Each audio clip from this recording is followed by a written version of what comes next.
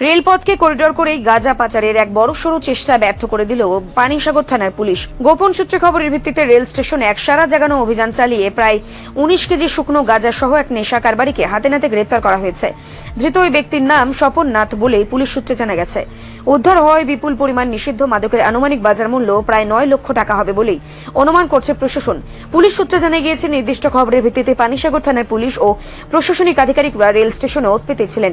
আগরতলা থেকে আসা একটি ট্রেন পানিসাগর স্টেশনে পৌঁছানোর পর স্বপন নাথ নামের ওই ব্যক্তি প্ল্যাটফর্মে নামতেই পুলিশের সন্দেহ হয় তাকে আটকে জিজ্ঞাসাবাদ শুরু করার পাশাপাশি স্থানীয় লোকজনকে সাক্ষী রেখে তার সাথে থাকা ব্যাগ তল্লাশি করা হয়।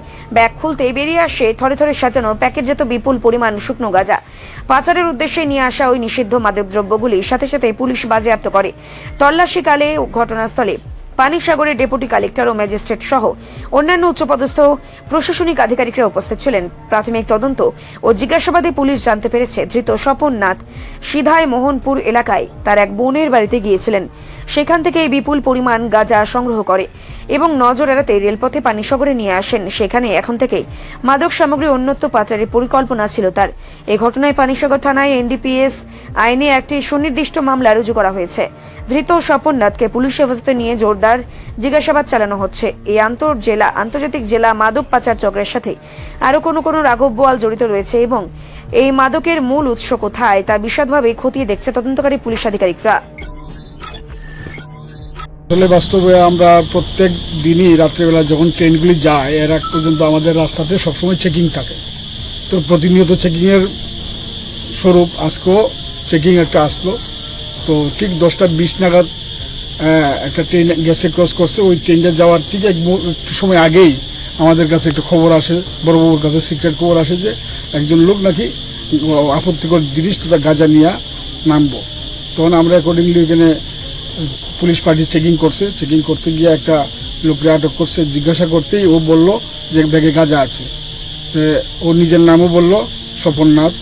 গাঁজা আছে বলাতে গাঁজা কতটুকু আছে তখন শেষ পর্যন্ত আমরা ওই ডিসিএম সাহেবরে খবর দেওয়া হইলো, ওই বিভিন্ন অফিসাররা হইলো, আপনাদের এখানে লোকাল যারা আসলো তারাও জড়ো হয়ে গেল।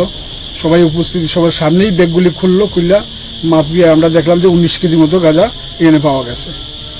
অ্যাকর্ডিংলি সিজ করা হয়েছে। আমরা এখানে এই সিজের মূলে ডিসিএম স্যারও সই করলেন, আমরাও দেখলাম এবং ওই সাক্ষীরাও এখানে সইটিও করছেন। তো এনডিপিএস একটি আমরা মামলা নেব, আইনানুগভাবে ব্যবস্থা নেওয়া। প্রাথমিক ইনভেস্টিগেশন কি জানতে পেরেছেন কোথা থেকে কোথায় নিয়ে যাওয়া ছিল? সে সিরাইমোহনপুরে তার একজন পাড়ার বোনের বাড়ি আছে।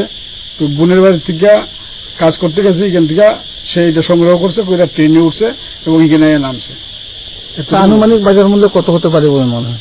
আনুমানিক বাজার মূল্য 9 লাখ 9.5 লাখ টাকার মতো হইব এমন বোঝা গেছে।